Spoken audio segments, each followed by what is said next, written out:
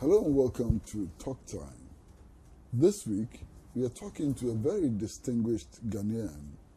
He's been many things. He's been a party activist. He's been a deputy minister. He's been a minister before. He's been an ambassador and so many other things. So many other things. And we're going to talk to him virtually about everything. We're going to talk to him about the last elections. We'll be talking to him about education with special reference to the free SHS and all the other topics that you can think about. So welcome to Talk Time.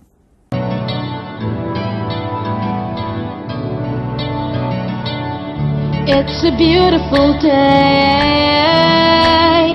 I'm gonna make most of it. It's a beautiful day, a day to share with you. You make my world go round, yeah, yeah. It's really got me saying, nice girl, brings home happiness, brings home happiness. Experience the wide range of top quality and affordable electronics, phones, tablets, home and office appliances from NASCO. NASCO, bring home happiness. Hello and welcome back to Talk Time. And as I indicated from the beginning, this week we are talking to a very, very special person. We're talking to somebody who's been a member of parliament. He's been a deputy minister under different regimes. He's been a minister, he's been an ambassador, and he's handled several portfolios. He's handled industry and science, he's handled education, and he's somebody who knows a lot about our history. So this week we are going to be talking about the last elections, what perhaps may have accounted for the defeat of the National Democratic Congress, and whether the bickering in the party is helpful in any way. And then we will talk about education. We will talk about the free SHS. Is it feasible? Could we have done it another way? And so on. And then we'll spend some time to talk about the political history of Ghana. It is my pleasure to introduce Comrade Lee Okai, Ambassador Lee Okai, Ghana's former ambassador to South Africa, who has had other many titles. So you're welcome to the studio. Thank you. Yeah. And incidentally, Comrade Lee Okran is also one of the vice chairpersons of the National Democratic Congress. So how did the defeat come about? The defeat of your party? The defeat? Well, when you are a party in government, you try to do what you think the people will like. We chose a path to improve the social and physical infrastructure of the country. We did a lot, and we thought the people liked what we were doing, but the results showed that maybe that was not what they were expecting. So, you were defeated. And how have you taken the defeat?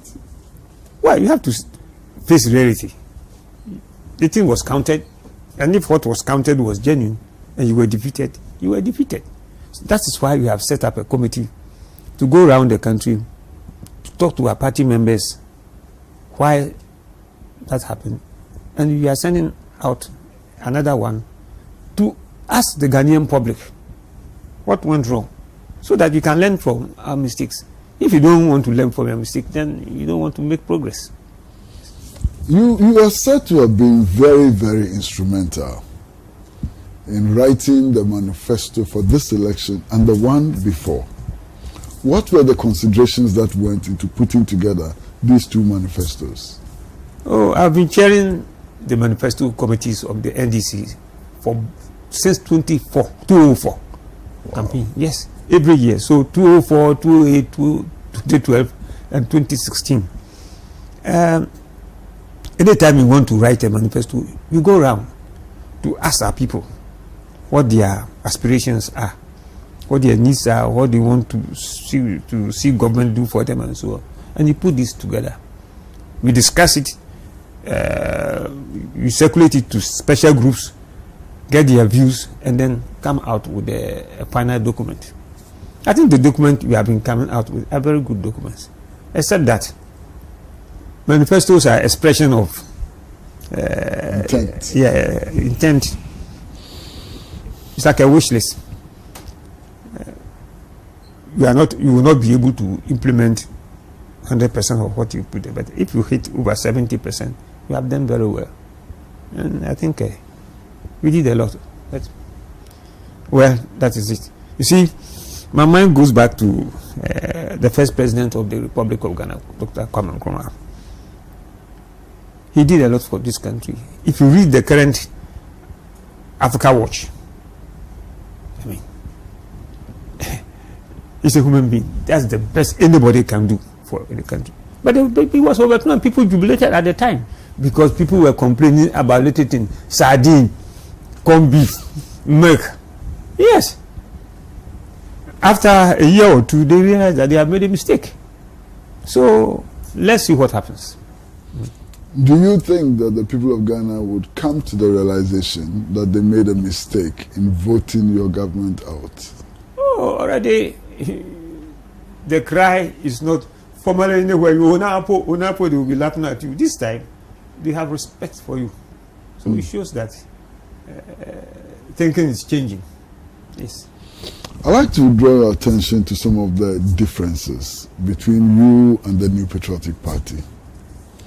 The New Patriotic Party was campaigning on a promise that they will reduce petroleum prices.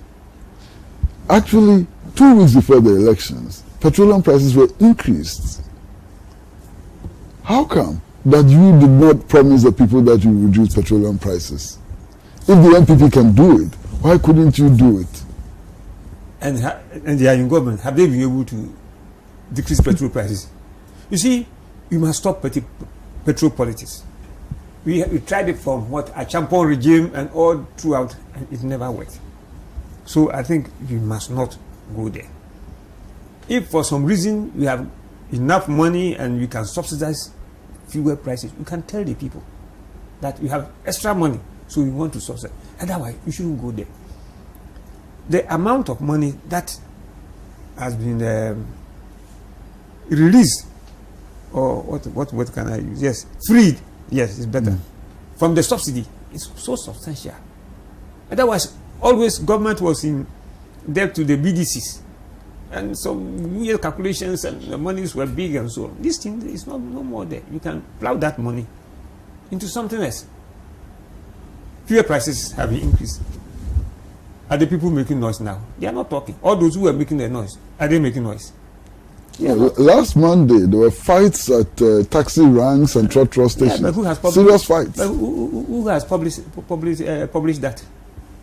You see, this country, when it is some other party ruling, something issue is different. When it's another, people are driving. The streets are choked with their vehicles, so it means they can afford the fuel. That's why they are driving. Let us use the money that is freed from the subsidy to do things that will improve the life of the people. For me, that is what is important. Now, sir, you were also chairman of the Volta River Authority. Yes. The New Patriotic Party promised to reduce utility tariffs.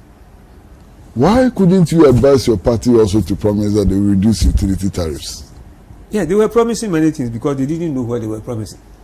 They were just promising anything. It's like a young man who has seen a very beautiful girl and start talking.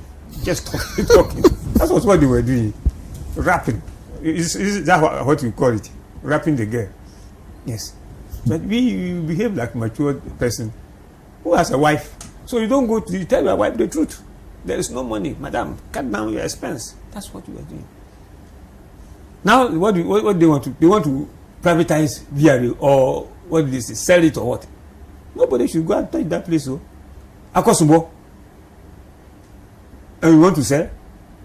I mean, they shouldn't go there. You see, for many years, this country, you have failed to pay the right price for electricity. So over the years, you have been accumulating the debt. And it's what has happened is interest on interest, interest on interest, and then suppliers supply. We are not able to pay. BRA produces the power. ECG buys it. ECG is not able to pay. Government buys part of the power. Government is not able to pay.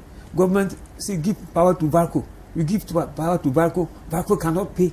It becomes mania, as they say it. So this debt is our debt. All Ghanaians, we are involved. And if you don't pay, it's going to accumulate more and more. And that is why we introduce the levy, to try to pay part.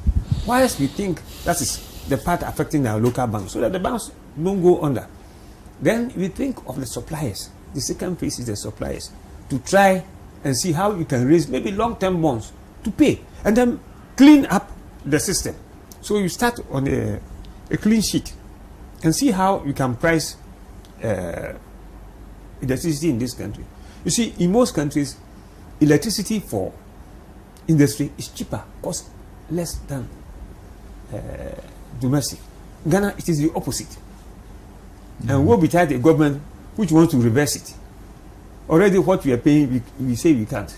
You see, there have been a lot of proposals. I also made some proposals as chairman of the BRA to dedicate hydro to commercial enterprises, including factories and maybe state installations.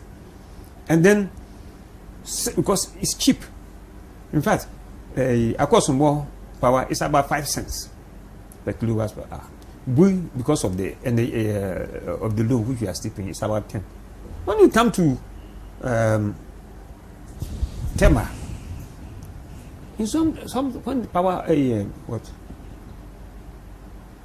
oil was 101, it came to about 25 cents per kilowatt per hour. So you have to have a mix of both, and then come to an average to be able to reduce the tariffs. That is something that we have left copious notes.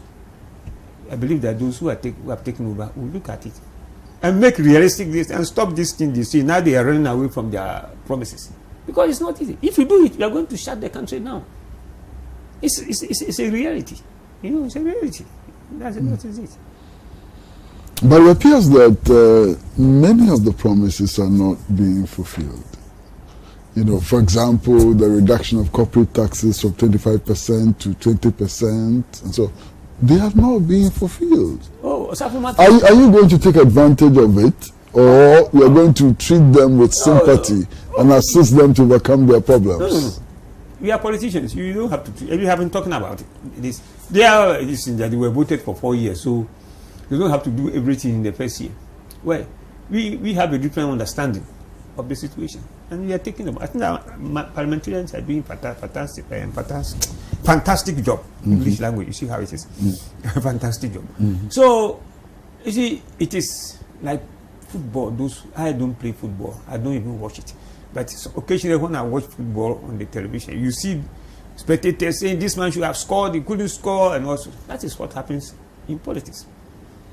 Every government would like the people to feel happy. If it's possible to give everything for free, why not? You want to be in power, not so. So you give the thing for free and you are in power. But the world, real life, it doesn't operate like that. All over the world, people have to sacrifice to build their countries. There's a new development in your party. And first of all, have you noticed it? Of people accusing themselves, each other, you know, who took the money, who didn't take the money, and so on. Who campaigned well and who didn't campaign well. Have you noticed it? If you had won, there wouldn't have been such complaints. People would be struggling to get posts. It is because you didn't win. That's why everybody wants to find fault with it. It will come down. It's a reaction to our unexpected defeat. And people, it will come down. It's are you consciously going to take steps in order to curb this? Oh, yes. You know. The FEC is meeting on this. And we are going to. You see, it's like somebody who has lost a child. in the hospital. His anger is on the medical staff. Maybe it's not their fault. They will come down. They will see reality. You haven't lost election for the first time. You have lost election before. And we came together, fought very hard, and came back to power. If there were things that we did which were not good, next time we don't repeat them. That is it. Now, sir, apart from the bickering that is going on, there have also been suggestions that your party is broke, to put it bluntly. Are you broke? I don't know accounts. So I don't know whether you are broke or not. I don't know. I don't know account. I don't know what the finance committee has got in this account. You will say you are a vice chairman, you should know. I don't know. That one I don't know. But what are you doing to reorganize and revamp the party? Oh, we have asked people to contribute. We have asked some of our former ministers, former functionaries, and they probably will contribute. The same way we were able to contribute and revive the party after 2001. We are going to do the same thing. Those who didn't see what we went through before are the ones who are making the noise. They should bring some money too. You don't sit somewhere and you don't pay dues. Who pays dues in that party? Nobody pays dues. Then you are talking of money. Whose money? If you want to contribute, pay dues, and then if you see your dues have been misused, then you can complain. But you don't assume that there was some money. From where? You understand? Mm-hmm. That is the issue. So what are the main planks of your reorganization? What is it that you are doing to reorganize the party? We are waiting for the Kwesi Botwe people to come. In fact, they have finished their work. While they are writing their report, we have also planned to start to have a next meeting sometime this month. Approve the reorganization exercise we have, and then go onto the field. In fact, you want to go and start organizing from the branches. This time round, you want to be sure that if you are a branch executive, if you are a proper branch executive, you attend branch meeting. You don't go people just writing the names of their wives and children and say they are branch executive. You want to say fully. You are there. If you pay a surprise visit, you go to the place. You want the branch chairman. People will say, "Oh, Eja Kwesi Mensah is there." Yes, because if you get it right at the branch level, the rest is already 50% solved. Are you very hopeful that you could come back to power in the near future? Yes, in the near future. Not the distant future. In the near future. Nearest future. Possible. Return to power now. Not return to power in the shortest possible time. Okay. Have you been around? Have you been with the Kwesi Botwe committee as it tours the country? Have you? No, we met as functional executive. We met them before they left with the terms of reference and so on and so forth. And then they met us again after they had met them and then came to tell us what they want to do, how they want to do it. But we have been following their express. It's good. You see, people are able to come out and vent their frustration. In so doing, maybe some of the impressions they had is realize it's not true. So it's good that they are out there. So information flow in any organization is important. Mm-hmm. Otherwise, people will be pointing fingers. This man has chopped money. That man hasn't. When maybe the person has not chopped any money. Mm-hmm. So now there are rumors, and there are rumors, pure rumors, all over the place about all kinds of people who want to be your presidential candidates. In fact, the last time I counted, there were about 18 of them. How would this affect your party? Is it a good sign? Allow people to dream. Some people, you see, allow people who want to dream. And dreaming is a democratic right. So allow them to dream. If you hear some of the names, you ask them, do they think it's an assembly election or allow them to dream? Yes. When are you going to go to Congress? Let me see. 2018. December 2018. Next year? Yeah. Let's see. So you have about 2 years, about 2 years to go to Congress. Yes. And even that Congress, may not be the Congress to select Pragbara. It is a 4-year, because our term will be coming to an end. So a new executive will have to be elected. And this time, we are proposing, you don't go to Congress, razzmatazz, and then elect the people, and that's all. We want to spend more time at Congress, discuss policies properly. Education, economy, health, discuss for everybody to give an input. And then new executives are elected. But the executives are no longer elected by Congress. They are elected by... Yeah, Congress. You go to Congress and then the people cast their votes. No, it's not mass. Oh, okay. The delegates. Okay. The mass, this thing is for members of parliament. And that was the greatest mistake we made. And we are not going to do that again. So why was that a mistake? Yes. People were not honest. In some of the constituencies, people were not honest. They took out names of people they didn't like or people they didn't want to win. And this created... It was a very good program, but the implementation was not right. And that led to a lot of independent candidates. And that made us lose a lot of seats. You see, when you have delegates, maybe 9 per polling station, and you have, say, 100 polling stations, you have how many? 900. Am I right? Yes, we have 900. If you go to the election and some people even get angry because their preferred candidate, maybe, let's say, 400. 400 people, you can usually talk to them and let them see to reason. But if you have mass this thing, a constituency of, say, 60,000 people, voters, maybe the NDC people there may be, let's say, even 30,000. Each section of the community will select its person and they feel that that person should win. If they go and that person, you may be dealing with about 8,000 people who are aggrieved. Dealing with 8,000 people is not easy. And if the 8,000 refuse to vote for you, you have lost. That was part of our problem. So how are you going to solve this problem this time? Yeah, you amend the constitution. Yes, and go back to the old ways, but improve. You see, the old ways is just people who also buy. So we are going to find a middle way to solve this problem. Okay. Well, viewers, we are in conversation with Ambassador Lee Ocran, and Ambassador Lee Ocran has a very rich history.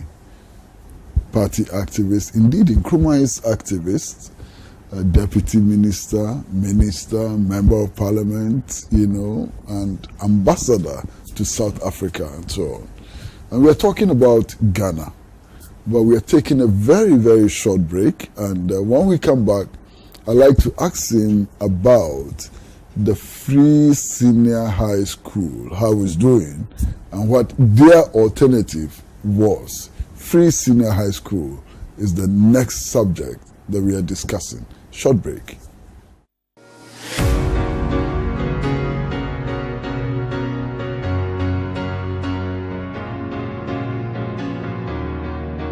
How much is this? 600. Wonderful. I think I'll take this one. But what's your size? 44. This is 43. I can tell you 44.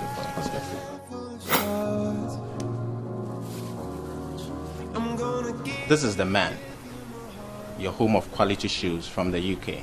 We have various shoes for the office, for your formal and casual occasions. Visit the man in Abilinkpe.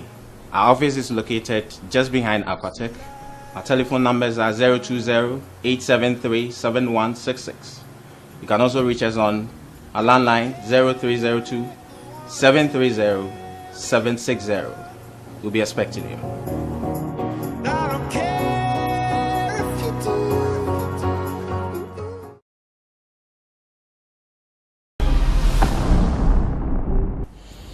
Well, hello and welcome back to Talk Time, and we are in conversation with Ambassador Lee Ocran, Ghana's former ambassador to South Africa and former Minister of Education, and now National Vice Chairman of the National Democratic Congress. Now, sir, in the last election, the New Patriotic Party promised instant free senior high school. And you promised progressive free senior high school. What is the difference? instant free. The real difference. Yes, the difference. Instant free education means that all the facilities are available. You have the money, and everybody goes in for free. Progressively education is as the facilities are made available, people begin to go free. Now you see the mess they are in. They are now retreating. That is only Form 1. Eh? So it is not the what you call it. Progressively move. You see, we allowed ourselves, Ghanaians, to be taken in by all these sweet promises. Free this, free that. I heard some MP being promised that young men will be given free wives. Free wives. Whether it's true or not, I don't know, but I heard it. You see, let's look at the history of free education in Ghana. I was in the middle school in the 50s. You were paying 14 shillings. I think a year. Yes, not a term. A school fees, 14 shillings. And I remember some guy in my school who was always sent away because he wouldn't pay 14 shillings. Then around, I think 58 or so, that was abolished. So you could go to middle school free, but you buy books. Those days, you have what they call prospectus. Then you go to Methodist Book Depot or Catholic Mission Press and buy nice books, new books. Some people couldn't purchase. So free books were introduced when we have left elementary school and went to secondary school. No, that was progressive. Yes, that's why I'm coming. Yes, progressive. When I went to secondary school, 1960 January, I paid, my school fees was £25. English pounds for boarding and £7.50 for tuition. Many people couldn't go to secondary school. I was lucky. First term, after the first term exams, I got a bursary. By the end of the first year, I had half scholarship. By second, Form 2, no, first term of Form 3, I had full scholarship. But we were paying. And in 61, yes, I think it was 61, 61 or 62, they Nkrumah abolished tuition fees in secondary schools. So if you were a day student, you didn't pay anything. But boarding schools were there until I left school and went to university in 1965. No, yeah. They were paying boarding fees. People should not confuse. Free education didn't mean free boarding on Nkrumah. No. Well, the fees, these literacy fees, that computer was not there anyway, so there was no computer fee, there was no sports fee. Once you pay your boarding fees, there was no PTA fees. Yes, once you pay your boarding fees, that's okay. You are fine. Then over the years, all sorts of fees have been added, and so because the schools have become many, and maintenance has been difficult. You know, education takes about 30% of our budget, so it is difficult for government alone to continue with this. But during the NDC, Prof. Mills, I remember when Prof. Mills came to South Africa on his official state visit to Cape Town. You were to go to Robben Island, but that day I was praying hard that you didn't go because I don't like flying. And you had to fly by helicopter to Robben, and see the Atlantic is very rough. So if you are flying on a helicopter, it's very cold. If you fall in there, you die. So I was praying that night. I prayed hard, and in the morning the weather was very bad. So I went to Prof. I said, Prof. Eboko, I said, weather no, you're fine, sir. Then you were there when the people came and informed us that the trip had been cancelled. You were very happy. God had listened to your prayers. So you spend the whole day discussing problems in Ghana. I was there with him. His wife was there. Then General Smith was there, and Mr. Edianon. We discussed education extensively, and that was the time we decided that we should build 200 community day schools. That was when we took that decision, and later found its way into the manifesto. Mrs. Mills even took a trip to some of the schools around Cape Town, and Cape Town has a very high standard of education in the whole South Africa. Cape Town has a very high standard. It's Afrikaner place, proper. And what they told us was that after apartheid had been abolished or whatever, they realized that the black communities, the education standard was very low. The Bantu education system was very low. To bring that education, their system up, they brought graduates to teach in the primary schools. Graduates to teach in the primary schools. And that has brought up the level of education. And I listened very carefully. And I look back into the 60s, 50s, when I was in elementary school. I went to school in the village. 3 villages built one school, and we all commuted to that place.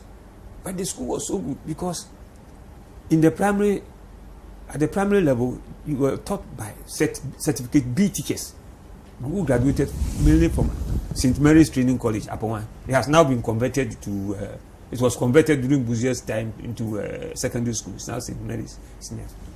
And in the middle school, you were taught by people who had graduated from St. Augustine's Training College. You know, St. Augustine had a training college attached, but it was later transferred to Bogoso.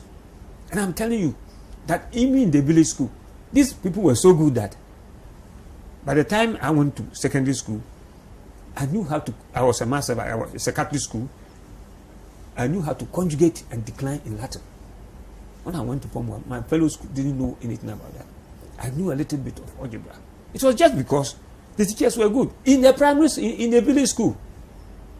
And those days, we were all settled. There was no international school matter. So competition, we all competed on a level playing field. Except that if they talk about airport, there was this guy from Sefiu also. He said he should write a story about airport. None of us knew airport.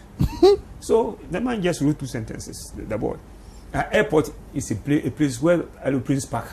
You see, so the difference between you and me and somebody in Accra was that the Accra boy will have gone to the airport, and apart from that, they play. You see, so you realize that the teaching was the most important. Teaching personnel and teaching materials should be available. Books, you don't have all people using one book, about 3 people using one book. In 2002, I went around my constituency. I was not a member of parliament, but I had in mind to start. So I started going around. And I went to some village school. And this child had only one exercise book. He has written out to the end, and he started writing back. So I asked the teacher, why is the child doing this? Why don't you send him to go and take money? How much does the exercise book cost? He said, hey, chief, let him sit there. If he goes home, he's not going to come back. Because the parents are going to beat him for coming to ask for money. To buy exercise books. So let him stay. That is how the idea of free exercise book came to my head. That year, I supplied in my place 15,000 exercise books. The following year, 13,000. Then the private schools in the area said it was being discriminated. They should also benefit. So when you were writing the manifesto for 2004, you put in there free exercise book for deprived communities. You know, so to have things free, our constitution says by 2005, that is 2 years after coming into force of the constitution and 3 years thereafter, there should be free compulsory basic education. Have you been able to implement it? No. Then you want free SSS. You can't even implement the one down there. Children are walking around in town, they don't go to school. When you ask people, they will tell you the law is not just fiable or something. They say you can't send anybody to prison for not sending his child to school. But you should find a different method of getting their children to school. Mm-hmm. You understand? You have not been able to solve the basic problem. When I was Minister of Education, it's ritual. My first day in school, you visit. So you went to Amasaman, class 1, or whatever it was. You have, I had noticed 3 groups of people. Those who were very happy being in the class. Mm-hmm. There were those who were crying. And there were those who were sleeping. So I asked the teacher, why? He said, you see, all those who are happy here, they have been today nursery, kindergarten. So they are not afraid of school. It is like a continuation. All those crying are the first people, those who have come to school for the first time. They have their parents have learned them, and so they are crying. Those who are sleeping are part of those who have never been to school. So we took a decision that each school should have at least 3-room early learning department to teach people. And these are things that you should do. USAID help us. You put up quite a number. But this should be standard everywhere. Then you are solving the problem. And then let them have the things, learning tools, materials, toys and those things. So you see, but in this country, we don't want to solve the basics. Well, we took this decision to put up 200 schools, although we haven't sorted out completely the problem of the basic. We have tried to eradicate about 2,000 schools on the trees, but still there are. Because when you go to a constituency where there was no school, by the time you go there, the people don't want to commute to the next village. So they have also started their small schools. So always the number keeps increasing. But we tried. When you took this decision to build 200 schools, you didn't choose the number just randomly. Every year, about 200,000 people could not get to senior high school. Not because they didn't have the aggregate, but because the facilities were not available. The schools can take a certain number. They can't exceed what they can take. So you can see that although up to aggregate 35, you could go to senior high school. Some schools have pegged theirs at 8 A's, this 6 A's, this A's, just to limit the number of people who can come in. So in so doing, we have deprived others. So we decided to put up these schools. These, you see, these schools are cheaper to operate. You commute, you give you a bus. You commute to school, come back home, and eat your parents' food. If you found yourself, for some reason, in a boarding school, and you come from a rural community, or you are in the boarding house in the rural schools, you are the people who need subsidy, because these are the schools which the children or the wards of petty traders, farmers, and so on go to. But you can't say you want to give everybody. You want to level down everybody. You must level up. You must help those who are at the bottom to come up. Then you say everybody should go to school for free, eat free, no fees. Parents, you don't pay anything. Even the students should come and eat for free. Menchi be that. The day I heard it, I said, welcome to the communist utopia. That is it. Even the Soviet Union didn't try such thing. Now they realize they don't have the money. They don't have the money. They have only 400 million. That can pay for 1/10 of Form 1. Less than 1/10. Less than 1/10. Yes, but 1/10 after that, what? The students should go home? No. So you see, when you want to tackle such a project, you must plan very well, and that is the progressively. The premise of the Constitution knew that these problems are there. So he said progressively, boko or kakra. Now, when you ask them, so after the oil money, look at how much is oil selling now? 51. So you are earning, you get 17%. So you are earning is very little. You went and tackled single span without doing our mathematics very well, because you have calculated, within 2 years you should be producing 250,000 barrels of oil. Up to last year, you were producing 70,000 because of problems with the FPSO and so on. So you don't overestimate what you can do. That is it. Now, sir, when you were Minister for Education, did you have a problem with the quality of teachers, the numbers of teachers? Did you have a problem with placing teachers in schools and so on? You were Minister for 9 months. Yeah. Injury time. You see, the education service has a lot of problems. Payment of teachers. Look at how long the salaries stay unpaid until when a new teacher has been recruited. I tried. I was advised by my chief director, let's get a server who will then do all the vouchers and whatever, and then you empty that onto the accountant general. The accountant general department resisted. For what reason, I don't know. We had these problems. We had problems with the curriculum itself. then with supply of books. When I went, we met some books which came from the old regime. The students would be even correcting mistakes in the books. The students, so GSS, they identified mistakes in the books they were using. You open a page and the color sticks in your. So you have to buy new books. And this is what they are using. They were very good books. And I want to use this opportunity to thank my schoolmate, Professor Anna Mamenza, who agreed to chair the committee as set to look at the publishers who to print a book in mathematics, who to print in whatever subject, and so on. You see. And the DFID for agreeing to pay, because you had done the right thing, they agreed to pay the $80 million. So you have always had problems. And then some teachers also don't want to go to rural areas. In our previous manifesto, you have said you pay a certain percentage of their salaries as this thing. Then you realize later that percentage was a problem, because as their salaries went up, the percentage also went. So you said that it should be a figure, a round figure, and so on. Of course, the schools in the towns, in the big cities and the towns, always have the best teachers. Those in the villages suffer. But these days, some of the village schools are doing very well. You know what? Because the numbers are few. And therefore, the teachers can pay a lot of attention.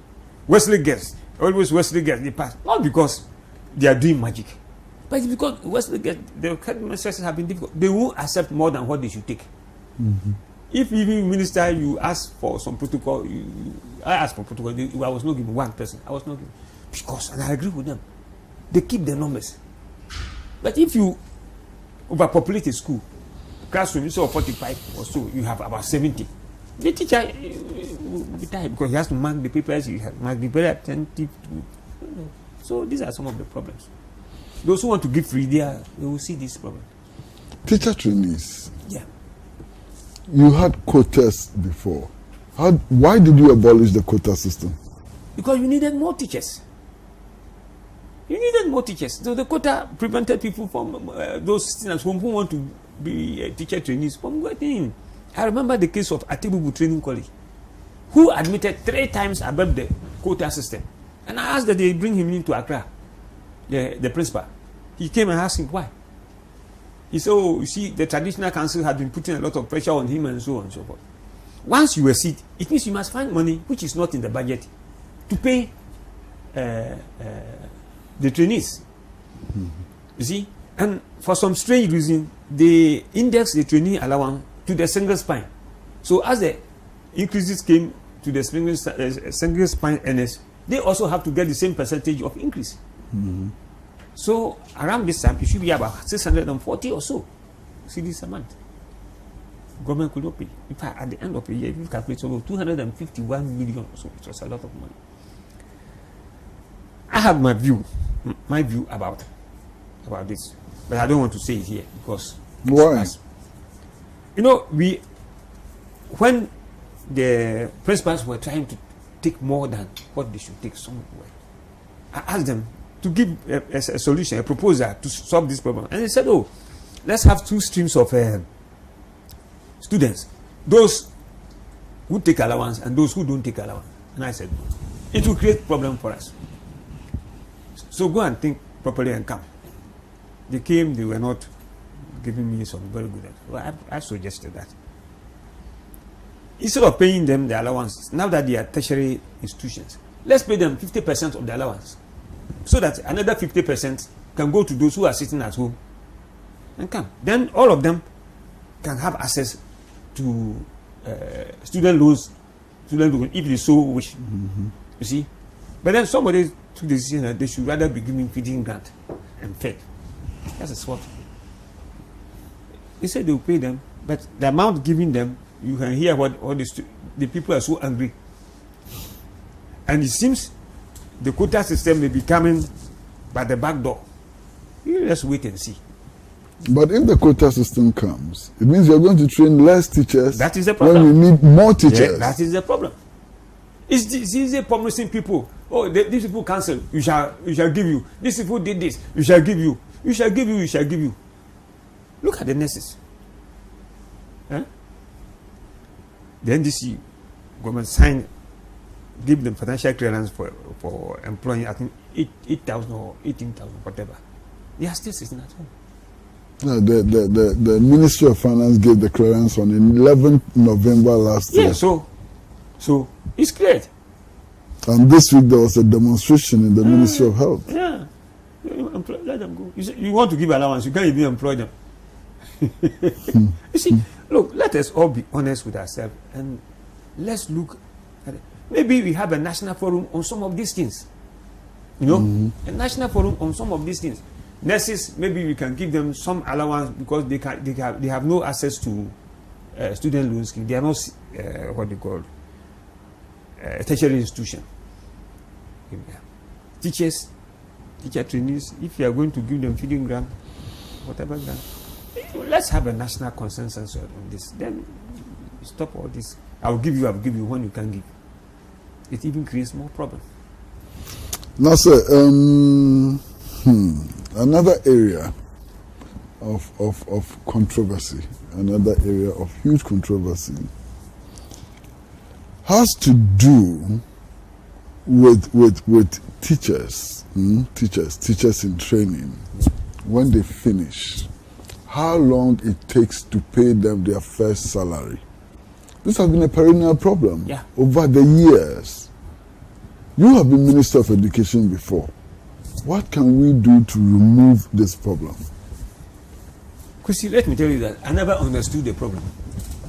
Nobody could explain why. It is not only teachers, nurses, where we have the mass employment.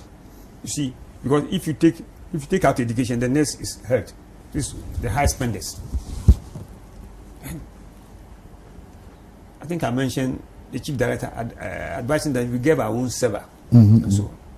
But the accountant general did not want to hear that. I don't know why. You see, it's a problem.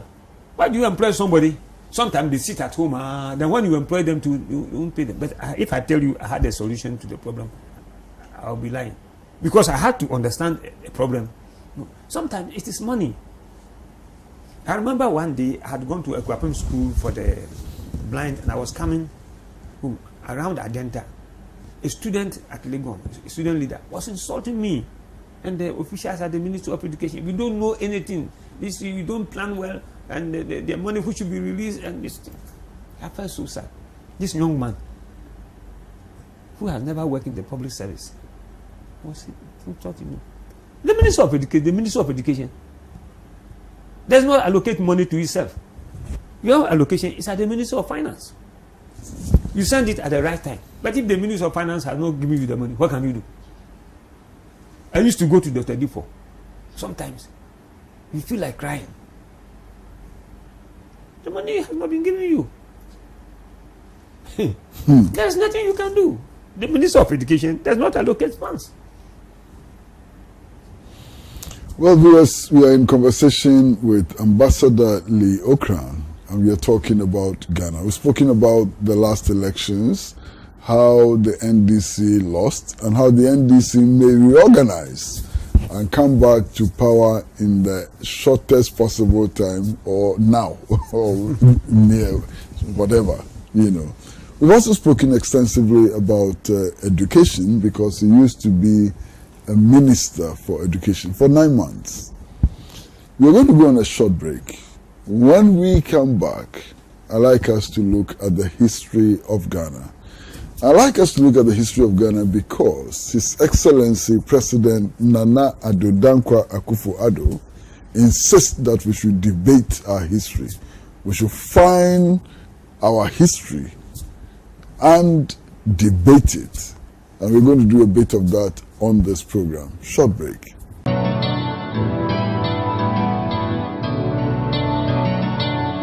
It's a beautiful day. I'm gonna make most of it. It's a beautiful day. A day to share with you. You'll make my world go round. Yeah, yeah. It's really got me saying NASCO brings home happiness, brings home happiness. Experience the wide range of top quality and affordable electronics, phones, tablets, home and office appliances from NASCO. NASCO, bring home happiness.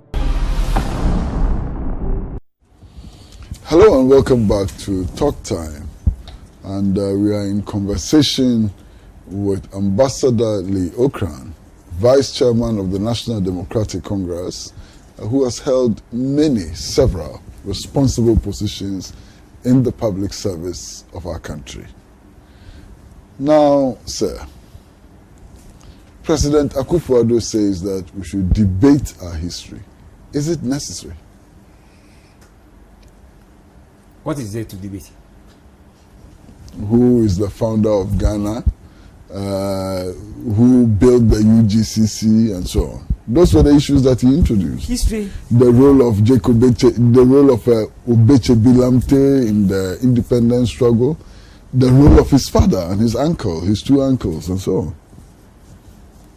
History is a true recording of events as they occurred.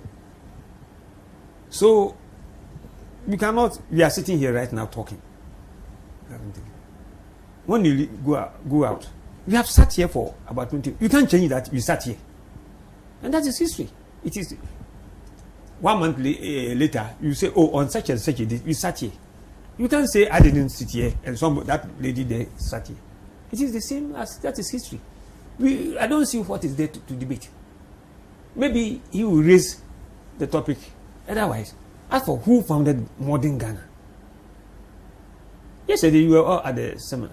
Who founded modern Ghana? That is not a debatable issue. Kwame Nkrumah went around the country consisting of colony, Ashanti protectorate, or no, it was Ashanti protectorate. The North was protectorate.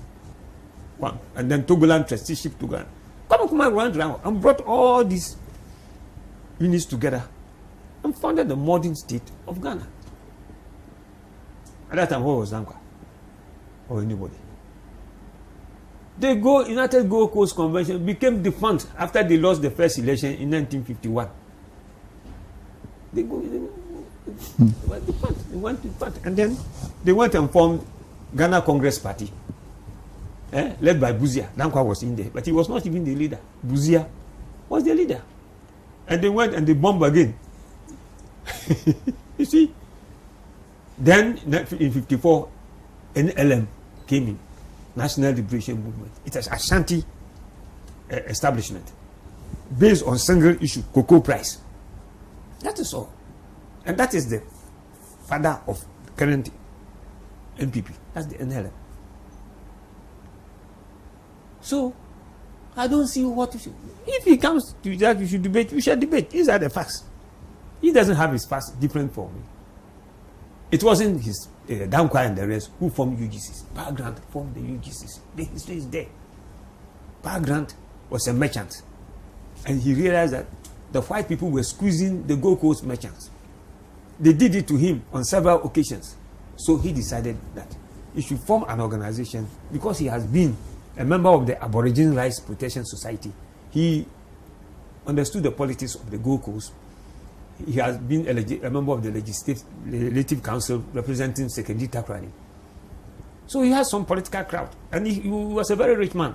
So he decided to form and finance an association that will protect, foremost, the interests of Gold Coast business people and maybe intellectuals and so on, professional people.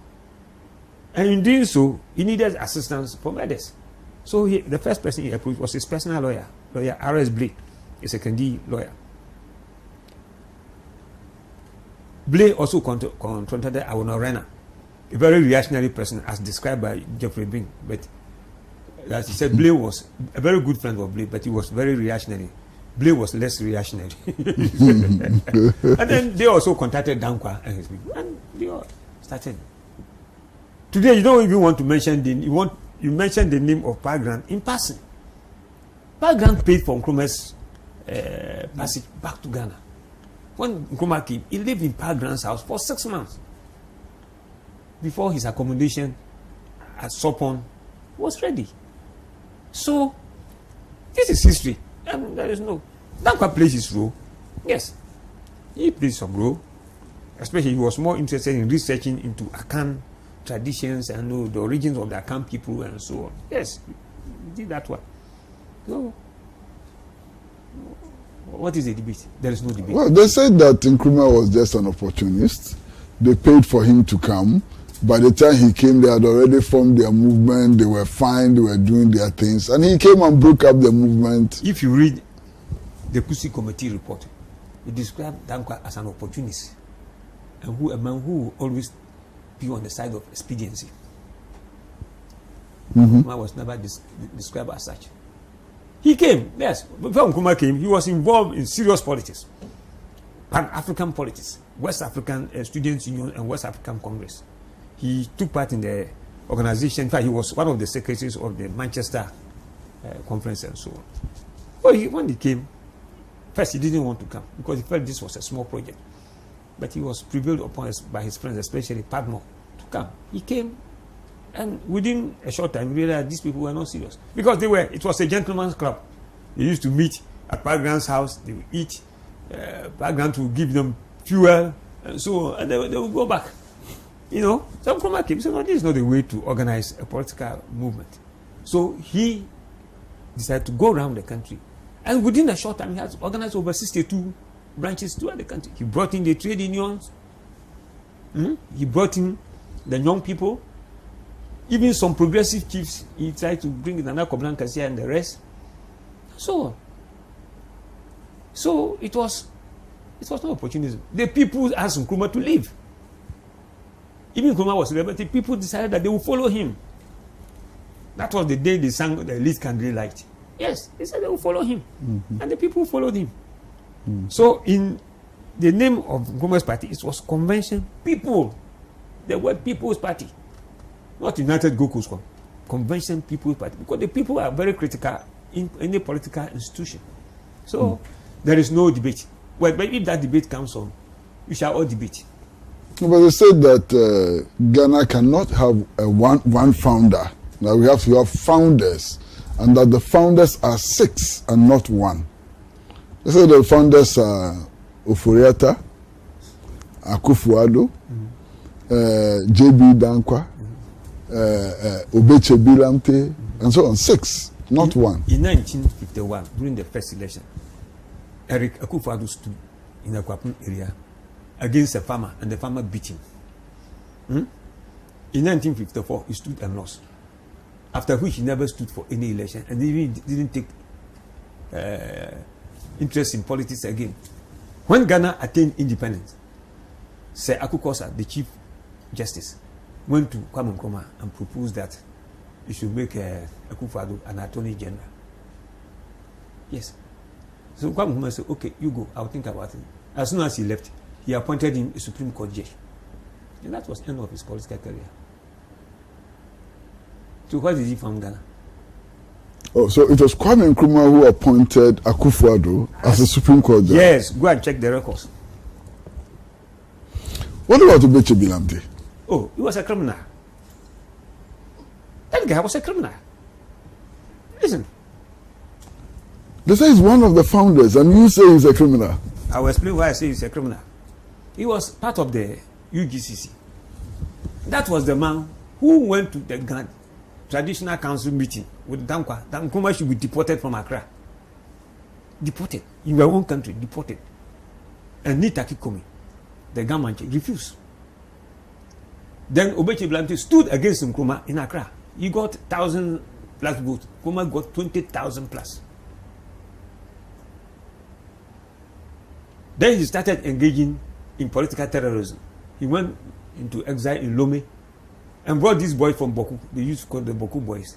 They were hiding at Barawishi. That Barawishi was very far from Accra in the village. And he was giving them bombs to throw in Accra. He was arrested. He was caught red-handed, arrested, and tried in court. A panel of judges comprising Sir Akukosa, Chief Justice, as chairman, Eric Akufo-Addo as additional judge and Justice Van Ley. And he was convicted. He was sentenced to death for engaging in terrorist activities. Nkrumah commuted his sentence to life imprisonment. But at that time, he was already consumed. His liver has been consumed by cancer, so he died in military prison. So this man, you built a statue like Kim Il-sung at that circle for him. For what? A man who was killing Ghanaians. Do you know that we lost about 30 people were killed and over, this 30 or 300, and over 100 people were wounded through these bomb throwings and so on. So how can he be a national hero? Well, it's up to those who did it. You see, when Achampong wanted to do Unigov, he started doing things, wanting to please everybody. But the records are there. The man was a convicted felon, criminal. You know? Well, viewers, what is there to say? We've been talking to the man himself, Ambassador Lee Ocran, and he was Ghana's ambassador to South Africa. He's been many things, member of parliament, deputy minister, now vice chairman of the National Democratic Congress. You heard it all, and please stay with Pan-African Television, because there's a lot more of such insightful conversation coming your way. Mr. Lee Ocran, we thank you very much for coming to the studio. And until we meet again next week, please stay with Pan-African Television. We'd like to thank all those who made this show possible. The cameramen, the makeup people, the editors, the producers, all of you. We thank you very much for making this show possible. Goodbye until we meet again next week. Bye-bye.